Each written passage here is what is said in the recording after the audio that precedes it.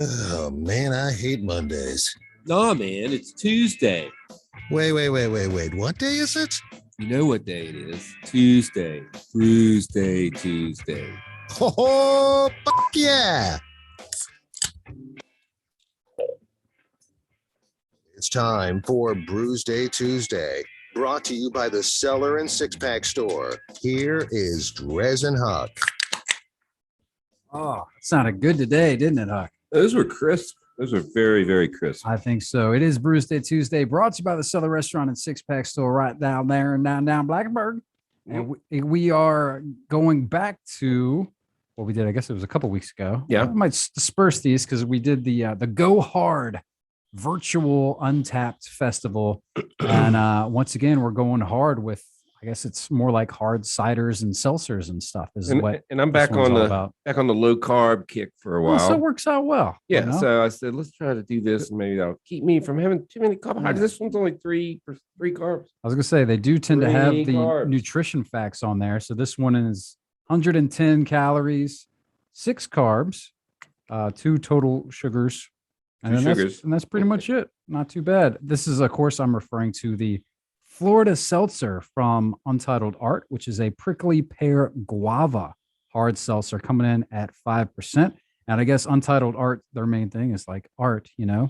Yeah. And I guess the art of these little prickly pear guys and stuff was by Rayan Smith. Now we had the prickly pear artist. Then. Yeah, we had to dig deep. Yeah, the prickly pear. Brewed and canned by Untitled Art out of Waunakee, Wisconsin. I think I'm pronouncing that correct. Waunakee. That sounds right. I mean, we'll go with that. And I've got from Boulevard out of Kansas City, Missouri, right? Everybody says Kansas City, Kansas. No. It depends on which one. Yeah. The one in Missouri. Usually Missouri, I think, is the one where most of the stuff is, right? Cherry blossom and lime, a little late in the season for cherry blossom, but hey, it's probably been a minute. Yeah, I was gonna say, when was this festival supposed to take place? I'm looking here. I don't see the date on here. That doesn't look right.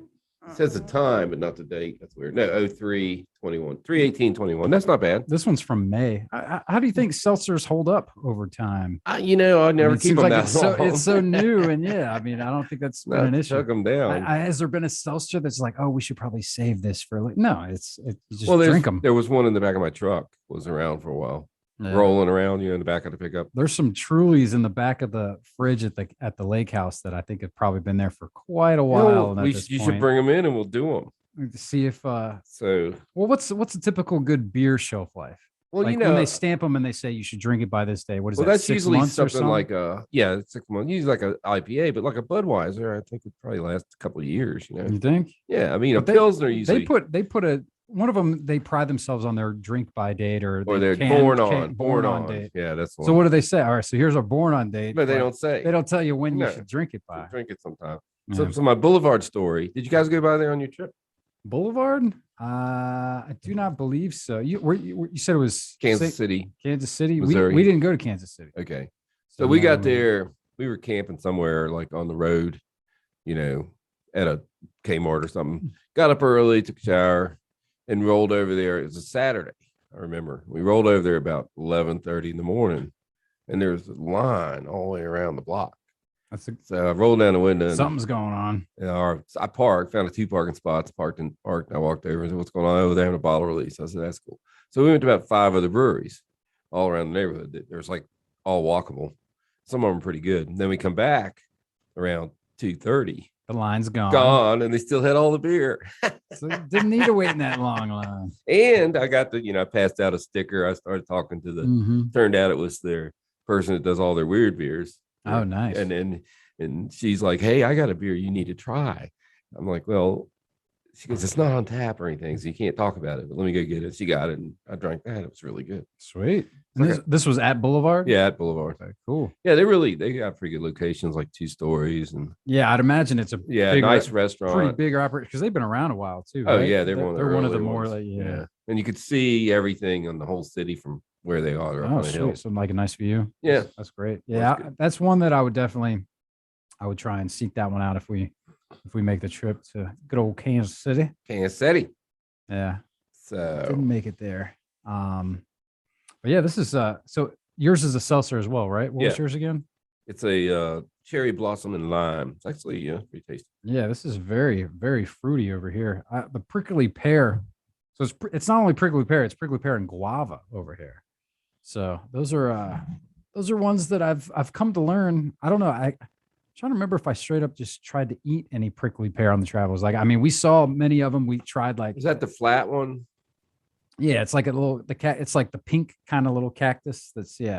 And we found that a lot. Like, we got some prickly pear tea that was good. Prickly pear margaritas. Like, pretty much if it's got prickly pear in it, it's usually going to be pretty good. And I think this is another example of that. This is nice. So you're saying that she had a prickly pear? See. Well, just to be clear, I'm reaching over for the getting the crickets on that one. The prickly pear. Yeah, where are you going with that? I don't know.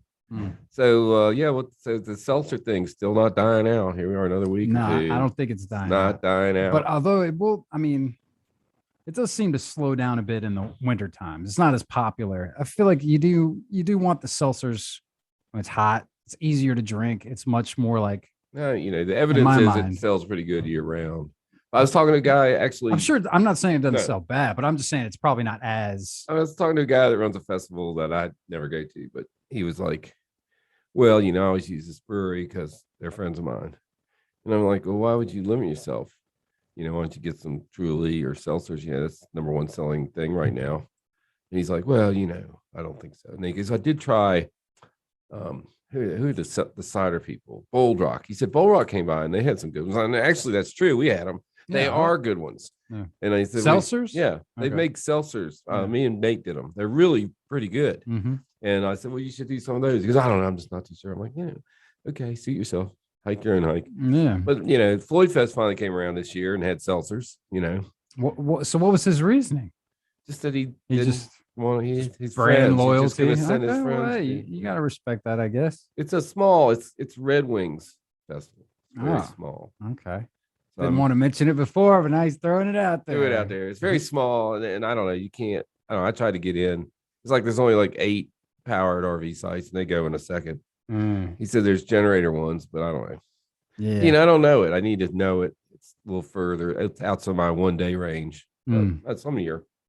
Gotcha. Yeah. These days, you don't know what you're going to get anyway. So. Well, honestly, I mean, if I remember correctly, the last time we did these, it's been a while, but I think we were fairly pleased with the selection because I remember you saying that this package was like $100 for these 12 things. So man, they're pricey, but these have all been pretty damn good. They got another one coming up. Another virtual. Yeah, I just got the email today or yesterday, and it's San Diego. So if you it's $109 for 10 beers, so it's $11 a beer. But you get you probably get a T-shirt or something. Yeah, but and you said, I know you missed this or whatever. So if you do it proper, what you get like a code, and then you go on to a virtual like chat or something like that. That? I think it's how it works. So it's like one of those just sort of like drinking with people, and then can you hop from chat? Because I would imagine you think it'd be a lot of people. Like it's not just going to be a free for all. Like, what do you hop into chat rooms or something? Let me pull up my email here and see if I can find it quickly. We're talking about Untapped, which is the way we like to rate our beers. It's a pretty handy beer app. I think it's the #1 beer app, if I'm not mistaken. DreZ Drinks is my handle. Huck's Beer Buzz is his. They actually rolled out a new update not too long ago, and I think it's been for the better for the most part in my experience so far. It's got a cooler look. Seems to work out a couple of little bugs and annoying things. So and I just actually downloaded it for the show today, so I don't know yet what it's going to do for me. Because I mean, I haven't really. I couldn't log in, but I did. I will say I logged right in, no problem. Didn't know my password, but yeah, I think I did it. I must have done it through Facebook or so somehow. I don't know. They know you. But immediately I was worried because I was just like, did I lose all my check-ins and stuff? Like I don't remember what my password was, but. So if you go, it's a VIP thing, 70 breweries. It's at the Padres Park, Petco Park, home of the Padres, and sunny San Diego. San Diego. Whale something. I don't know. I finally watched that clip. I've never seen the movie?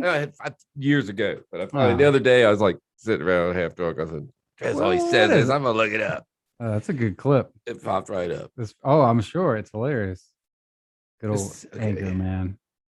What's it say? All right. Well, while he's doing that, I will go ahead and untap the Florida seltzer, prickly pear guava from Untitled Art. This stuff is, this is jam packed with fruit flavor, man. It's nice and thick. It's juice. This is drinking like prickly pear guava juice. It's got obviously some alcohol in there with a 5%, but this is going down easy. It tastes just like juice, less like a seltzer. So I'm a fan. I think it's delicious. I'll give it a 4.5. This is pretty good.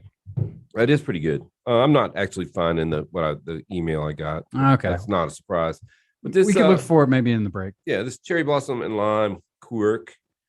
It's very clean. A little bit heavy on the cherry, I think. Oh yeah, it is looks pretty pink. So yeah, it's a little cherry-y, but it's nice and crisp. It's low carb. So it's solid 4. 4. Yeah, all right, solid 4. Not too shabby. We'll see where we go from here. I think it's going to be another